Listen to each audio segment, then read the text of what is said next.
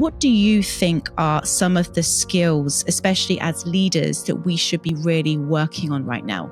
As a leader now, I am leading 4 separate generations of individuals. Each generation has its own passion for what it is that they would like to get out of the role that they have. I'm constantly looking at how do I engage with, how do I work with, and how do I inspire these individuals? My mother had to live off of a pension, and she struggled from month to month on a pension when my father passed away. And it frightened me so much, as if back going, okay, no, we need to take control of this. What is this going to look like? Because I never want to be in that situation. Advice for a female listening to this right now that knows she's not getting paid her worth in the business that she's working with. What steps could she take to really start speaking up more and asking for what she deserves?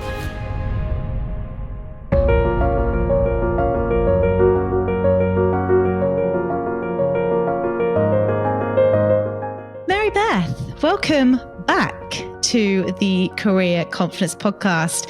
This is now the 3rd time you've been on. So for those listening that don't know Mary Beth, I'm actually going to tag the previous podcast I did with her, and also our incredible event that you were also on the panel for as well. So I feel like I know you really well. I really respect you. You have been an inspiration in my life, because every time I click on LinkedIn, you're doing something new and you're constantly innovating, constantly striving to be the best version of you. And I absolutely love that. So can you get us up to speed? What's been going on in your world?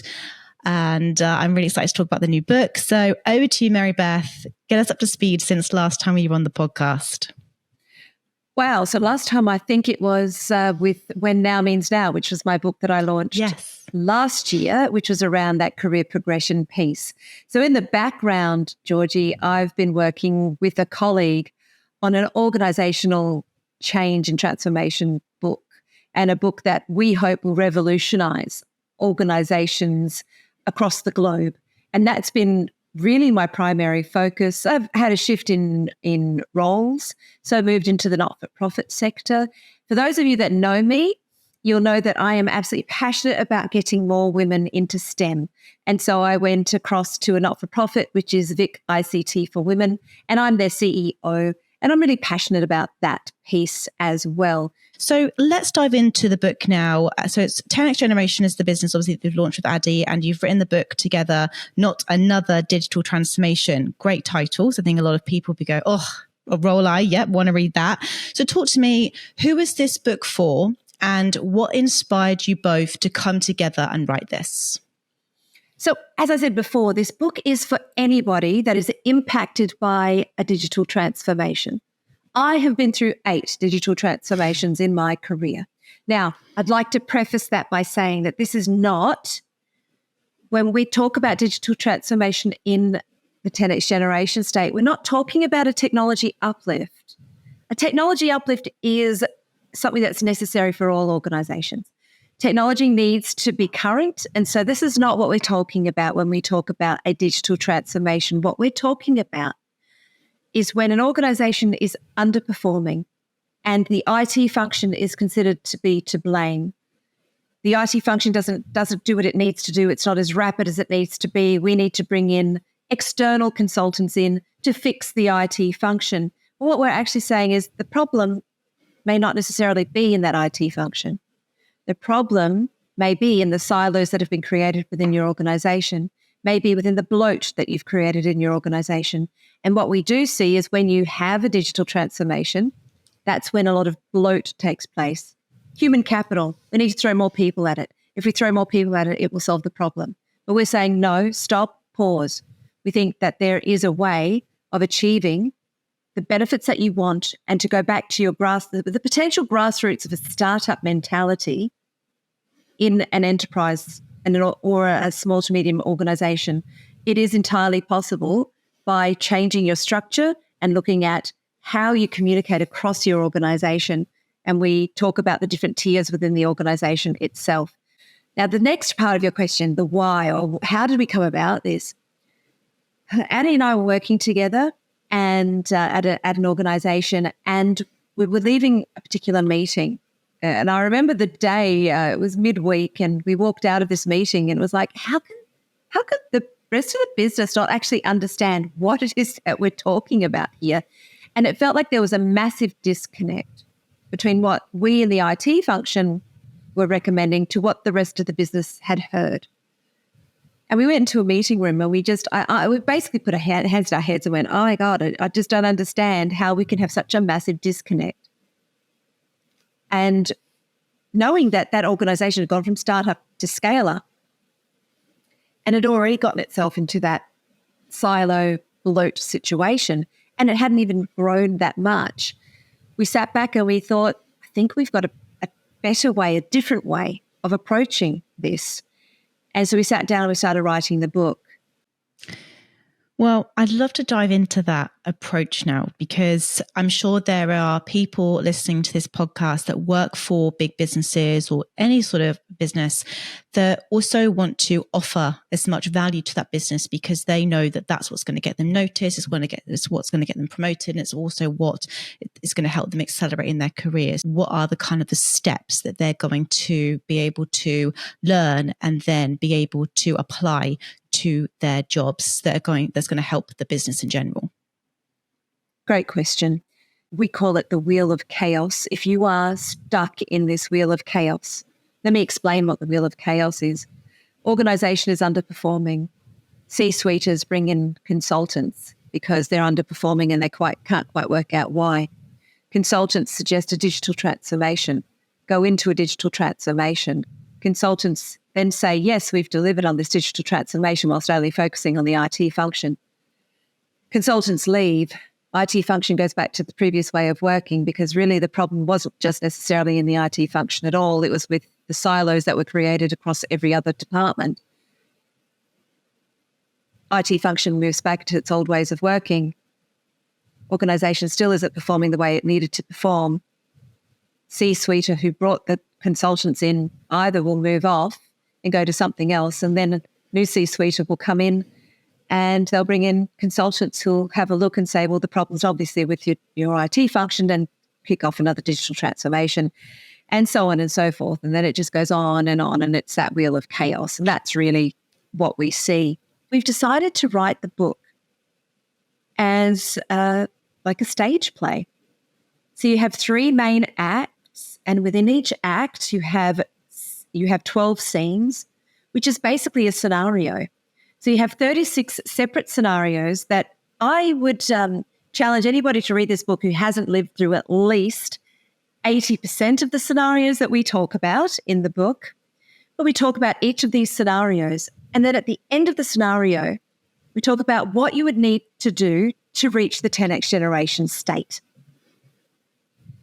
10x generation state is about removing silos. It is about creating visibility. It is taking the individual, the department, and all departments and the strategic layer on the same journey, providing them with visibility across the organisation, a clear line of sight to the organisation's strategic goals, whether they are the strategic goals within the operational state, so that lower tier, the tactical state, or the strategic state.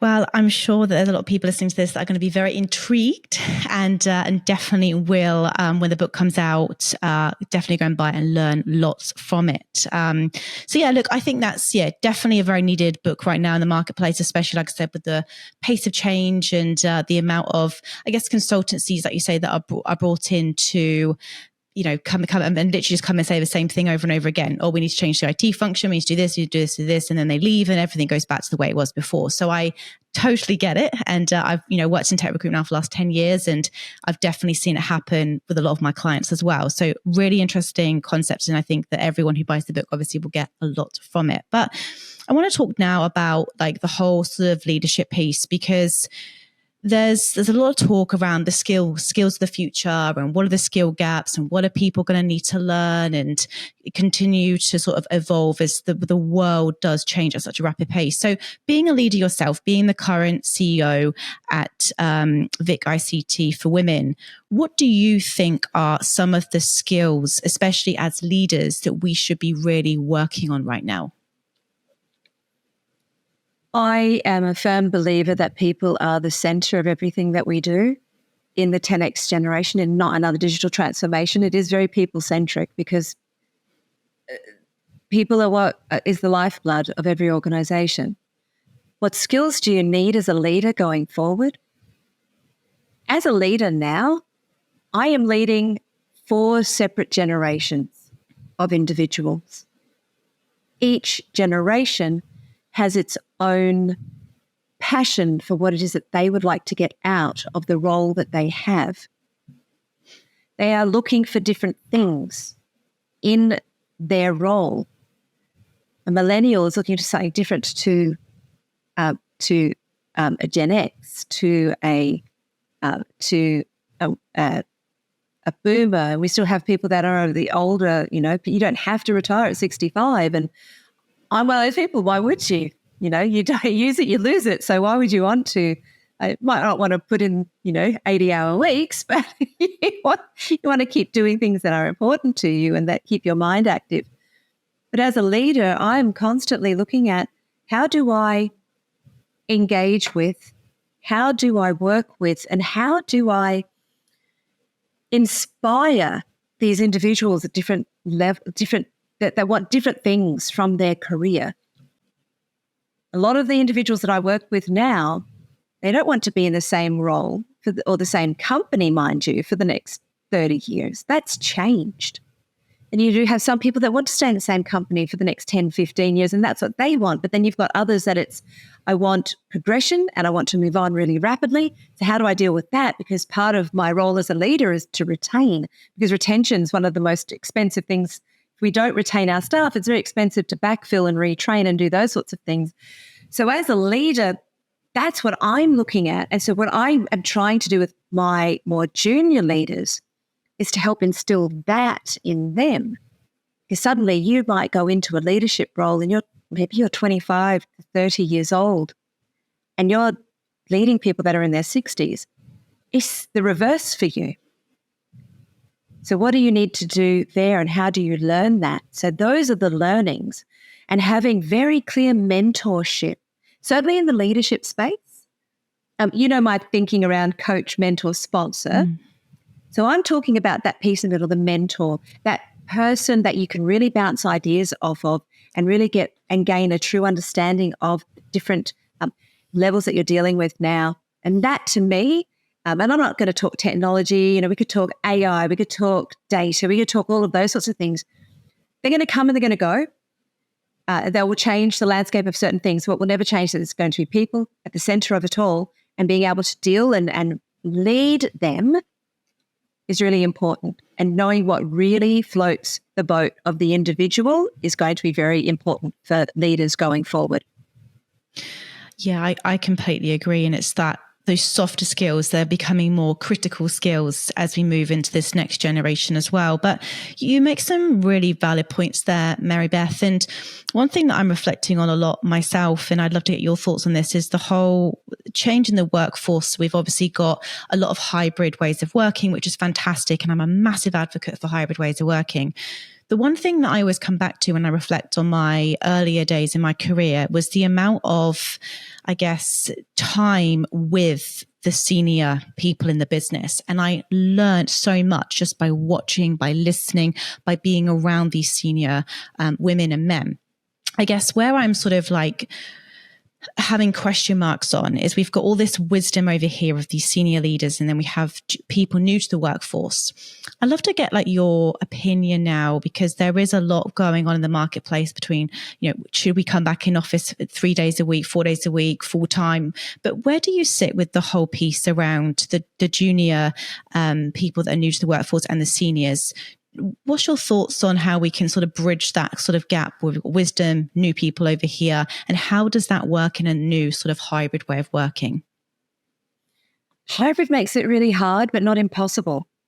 So the thing that I do as a senior leader, and you can ask my previous team at PointsBet, I had 145 people, and every quarter I actually made time with every single individual, regardless of where they sat, whether they were in the most junior or the most senior.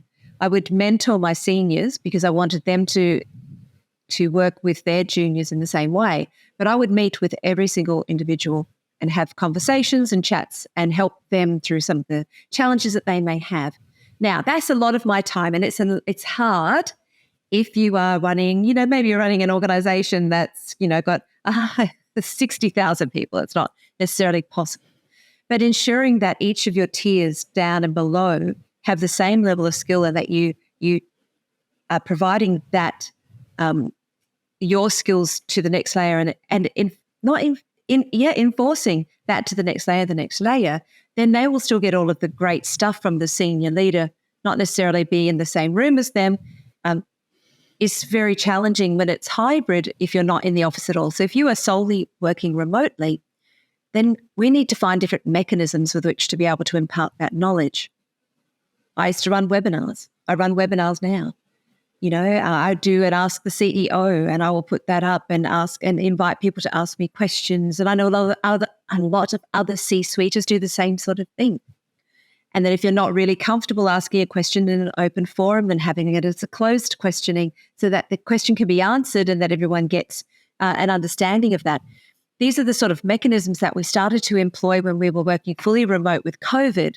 And now that COVID is over, why have we forgotten those? They were great tools, so we needed them then. So let's just use them now.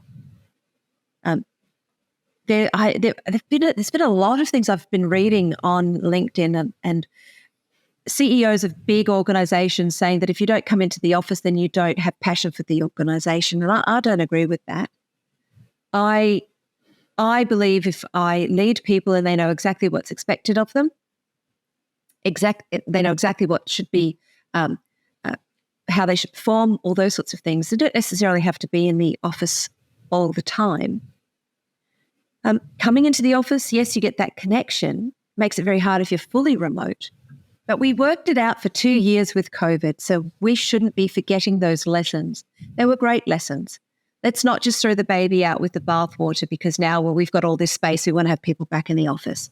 Let's think about what worked, what didn't work during COVID, and then let's explore that. Yeah, I completely agree. And it's interesting how we've gone from one extreme and now maybe we're trying to sort of get back to the other. And I like to think there's this balance in the middle where hybrid could work really, really well for everybody. But like you just said then, it's giving people a reason to come back into the office. And I think that whole mentorship piece, learning off seniors is really important. But I also love the solution you came up with the webinars, like what worked during COVID and why have we stopped that if it was working so well? So really, really good advice for anyone because again, it's just a question that comes up all the time with my clients. What are other companies doing? How can we get people back into the office? And it keeps on coming up. So it's just always interested to get, senior leaders and CEOs advice on this very topic. But I'm of the opinion, sorry, Georgie, but I'm of the opinion that for me, if I go into a new role, if it's my current role is fully remote, I really like in office, but I've always had a hybrid working model. I was always either a 4-1 or a 3-2 split because I needed the 1 or 2 days to actually get some work done and get some thinking space. But I also liked to be in the office because I like the interconnection. As a senior leader, I would go into an office, when I first started a role, I'd be in the office every single day for at least the first 3 months because I can't make connections with individuals that I would want to make. But that's because I'm a senior leader. I wouldn't expect somebody that were perhaps more of a junior staff member to come in every single day. It's not that it's just come in, meet, greet, do that maybe in the first little while so that you get to know the individuals. But then hybrid, I've never had a problem with hybrid. I used to say to my team before COVID, I used to say, why don't you work from home today? And they'd be like, oh, no, I need to be in the office. And I'm like, why? If you can get something done and you take a day at home to do it, I trust you.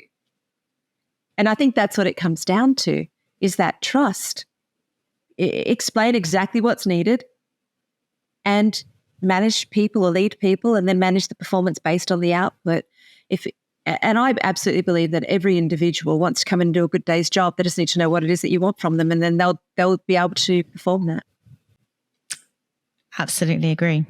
We're definitely on the same page there. Manage expectations, set expectations, and have trust. It is, I mean, it sounds so simple, but unfortunately it's not, it doesn't seem to be the way in some organizations, which is a shame, but trust is absolutely essential. And I think once people feel like they've been given trust, they want to do a good job. Like you said, like most of the career professionals that I work with and I've met, they want to do a fantastic job. So it's just allowing your people to work where they work best, I guess, as well. But look, I would love to now as well, like dive into your new role. It's a really exciting role, and I can't think of anybody else to step into this role and create the amount of change that you're going to create, I'm sure. So you're the current CEO of Vic ICT for Women, which is, congratulations, huge role, and I'm sure you're absolutely loving it because it aligns so beautifully with your passion. So talk to me about that role. What have you been brought in to do? What do you want to achieve? And I'd also love to know a little bit more about the organization as well. For Vic ICT for Women, we focus on a woman's career progression from primary school and high school all the way through to, let's just say, executive and beyond.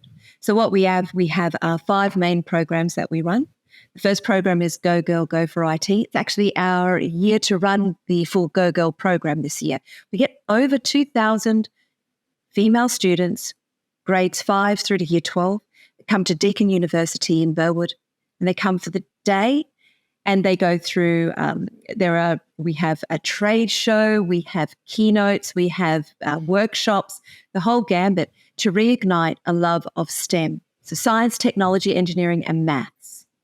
And we all know that sort of generally a lot of those subjects will all lead eventually into technology. So we have a very strong technology slant to it, but it really does focus on STEM. Then we have our Grad Girls program. Our Grad Girls program is for young women who are just about to graduate from university or maybe in the second to last year. And we run programs throughout the year. It's an annual program where these students will go into different workplaces. And what we're doing is we're flipping that whole idea of internship on its head. We're actually taking these young women through different organizations so that they can get an understanding of where they might like to work, of the organizations that they might like to contribute to.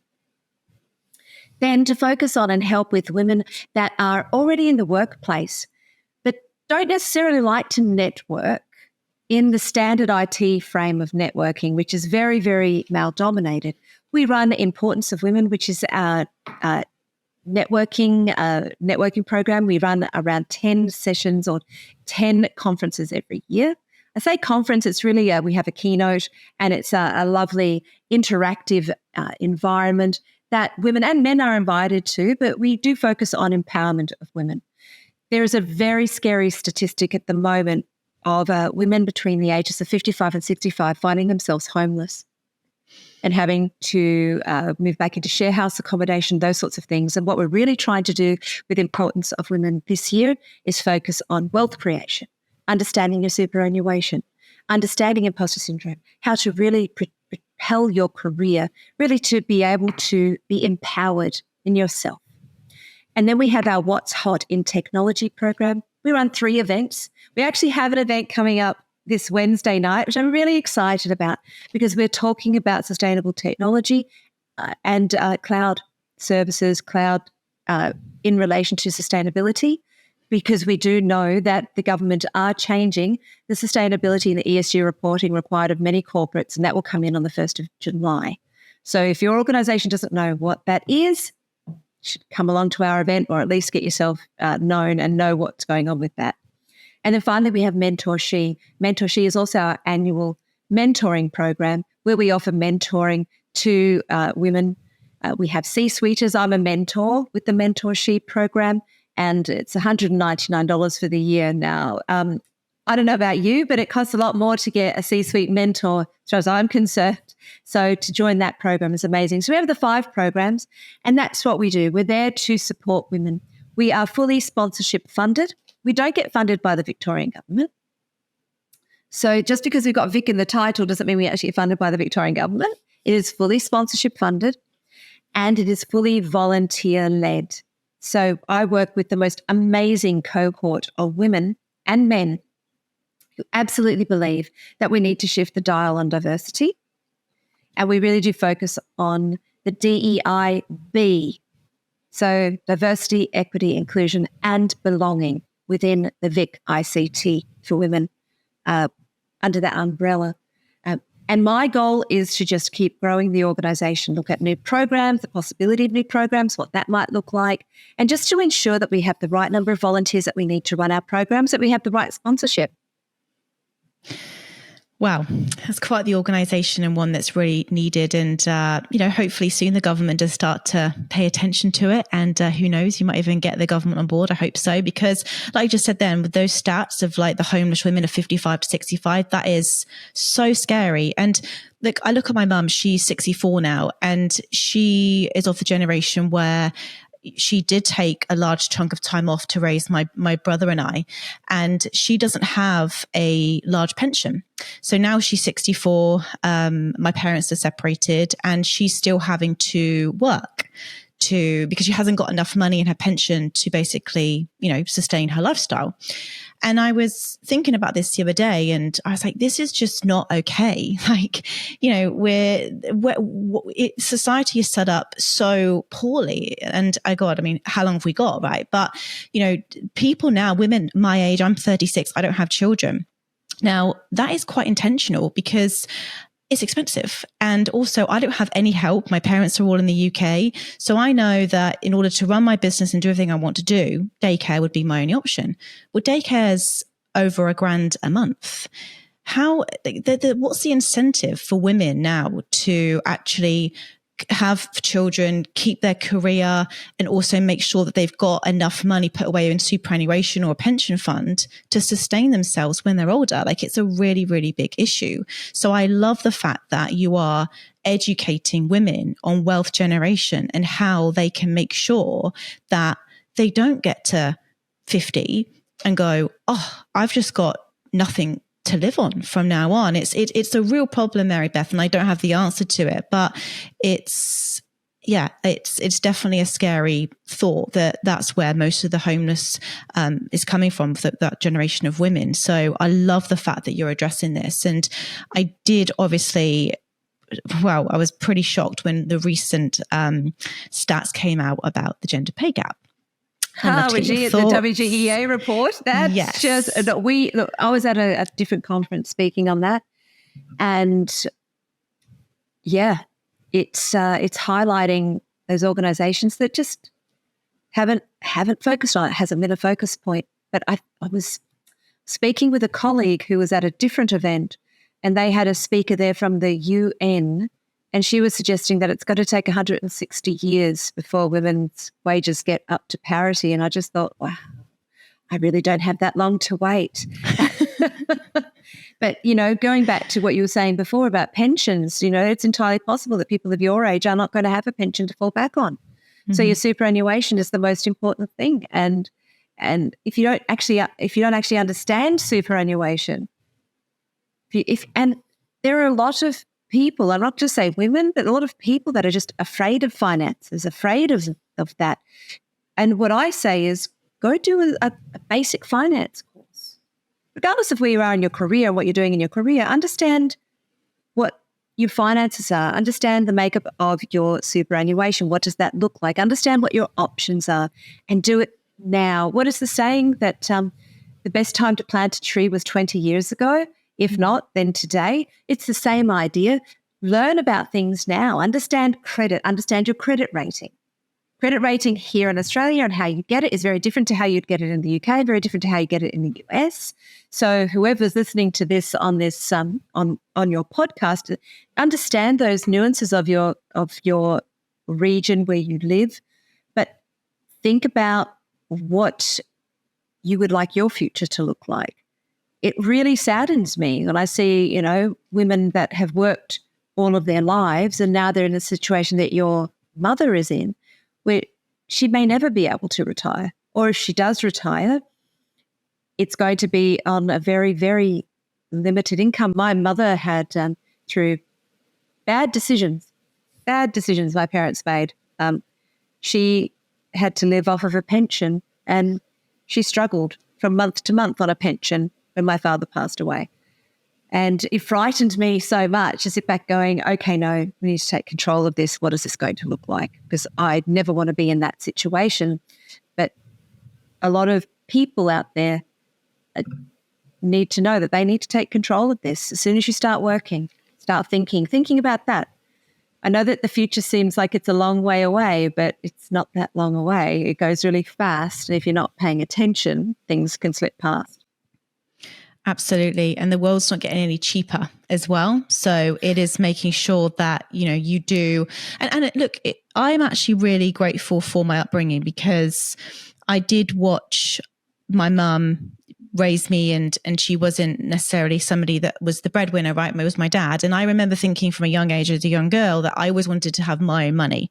I always wanted to be able to take care of me. That was something that ever since I can remember, they were my thoughts. So I'm now I've sat myself down. I've sat with financial investors. I understand wealth. I understand credit. I understand all of these things. And I've taught myself, because it's something that was really, really important to me. And it is just something that I don't think is discussed enough. Like, we're so hesitant to talk about money, but actually we do need to speak about it. And we need to make sure, especially women, like, this is why there's a gap, because we do need to speak up. We do need to say, do you know what? I want to be paid more. And I was having a conversation with my girlfriend the other day, and she was really fired up about all the stats. And I was like, what are you going to do about it?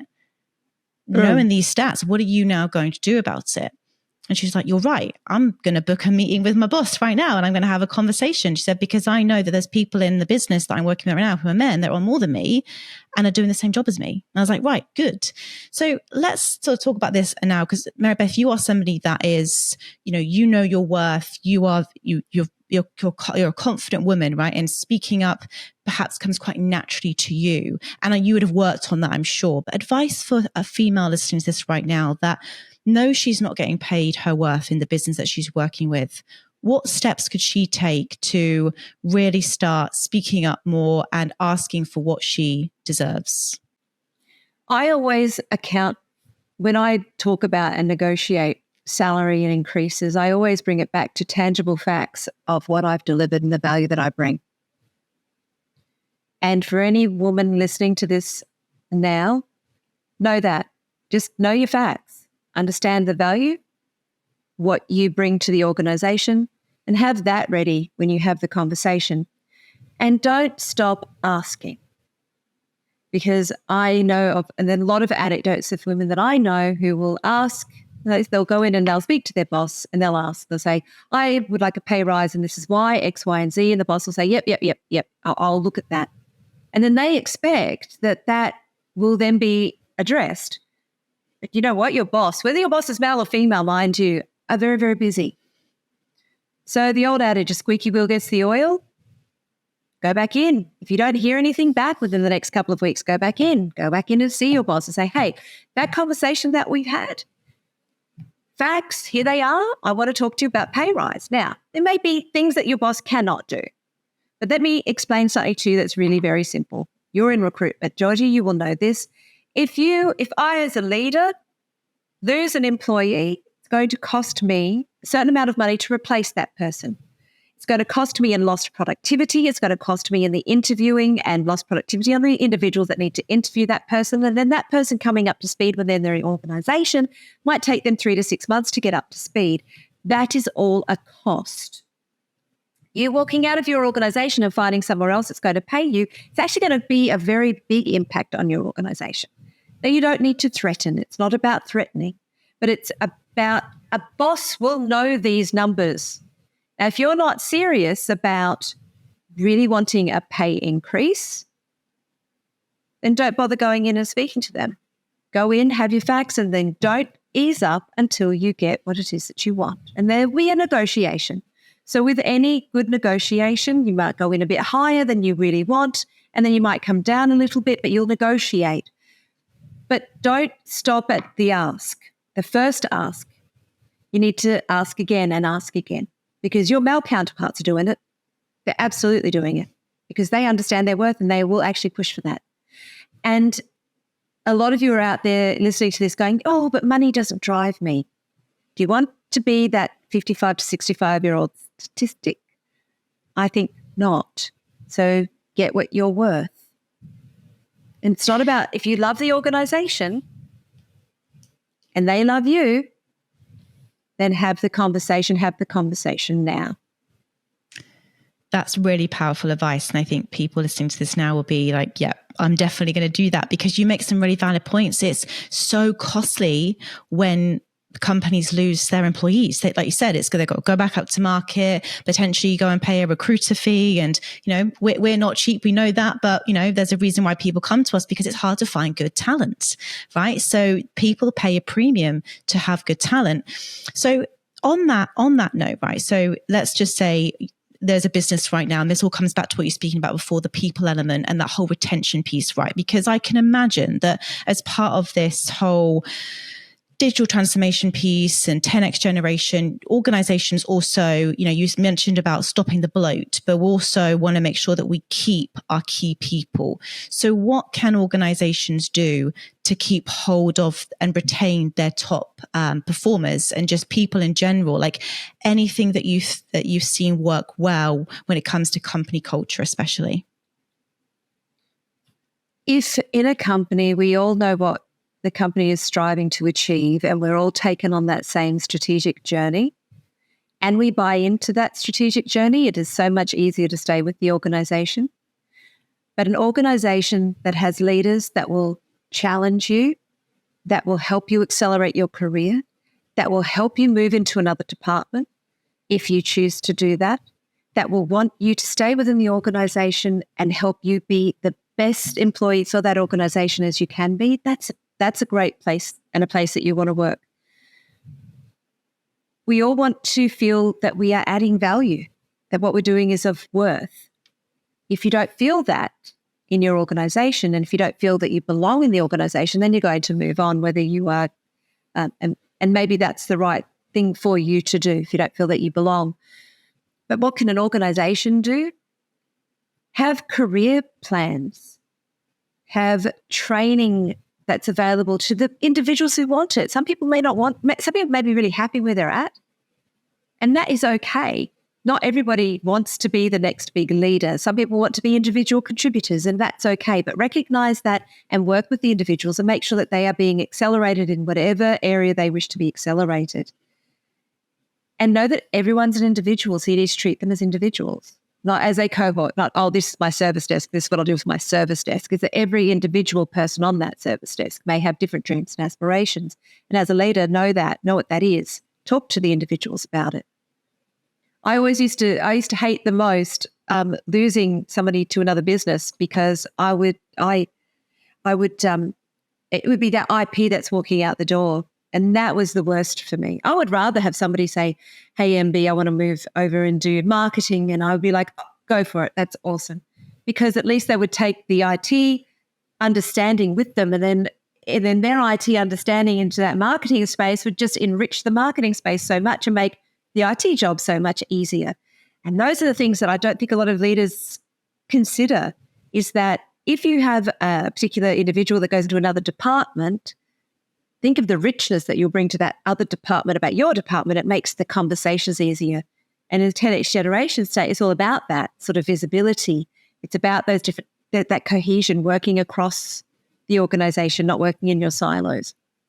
Yeah, I really like that. And I talk about it a lot with my clients about mobilizing your workforce and identifying that, like you just said then, everyone's got their own IP. And if someone's worked for your business for over a year, they've got all of that knowledge. So if the worst thing you can do is, like you say, let it walk out the door, and all it can be is just like a little touch point, say, hey, how you going? And how you finding this department and this role? And that's how you get the answers. And that's how you discover, oh, this person's actually not quite happy. Maybe I could open up something else for them. But definitely there's so much missed opportunities and so much money wasted in businesses by not mobilizing the workforce and upskilling your current employees. It's so important. And I think that if business did more of that, they wouldn't lose top talent, because top talent is always looking to grow and evolve. So, Mary Beth, I'm really excited to continue following your journey. You've, like I said, someone that has inspired me personally. You're always looking to grow, always looking to evolve, always upskilling yourself. So when this, obviously new book's coming out soon, but what do you think the next 12 months will look like? Like if we sit down again in the next 12 months and we're doing another podcast together, what would you have loved to have achieved, moved the needle on, coached on? What's the next sort of 12 months looking like for you? I would love for people to have read my book and to come to me and say, hey, we started to implement some of the tools that you've got in the book, and we're really seeing a difference. And we're really starting to see what the 10X generation state looks like. I'm so passionate about it. And can I show the cover off? Yeah, absolutely. I don't know if people see this there, but there it is. Very nice. For those watching, we've got YouTube as well. So if you watch this on YouTube, you'll be able to see the cover. We are already at bestseller status. I've already sold a massive cohort, and we're in the UK doing some speaking for the book in the middle of the year. But I would love for people to come up to me and say, hey, 10X generation has changed my life and changed my world. And for the next 12 months, that's what I'm focusing on. Just really promoting the book and getting the book out there. Work-wise, I don't know. The sky's the limit, really. It's just where I'm of the opinion, where can I add the most value? And so wherever I'm at and whatever I'm doing, if I'm adding value, then that is what it is that I'm after and what I'm looking for. So will I be with Vic ICT? Probably, but who knows? We just don't know. I don't know what the future holds in that regard, but I do know that organizations need to shake things up, that their people are worth more than just shoving them in a silo and expecting the same sort of outcomes, running them through the same digital transformation over and over again and spending millions of dollars on that and never achieving the outcomes that they wanted. I think that we as leaders need to do something different, right? Keep doing the same thing over and over again and expecting the same a different outcome, I think, is madness, right? Isn't that madness? That's that saying. So do something different. Have the courage.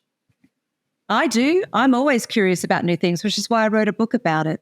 Is that thought leadership? Sure, because I think that there has to be a better way. And the way that we're operating now cannot be the way of the future. Have to do something different. Have to shake things up.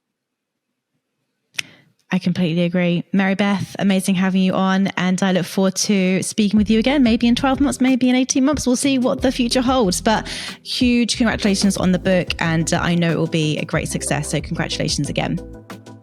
Thank you so much, Georgie. And thank you to your listeners.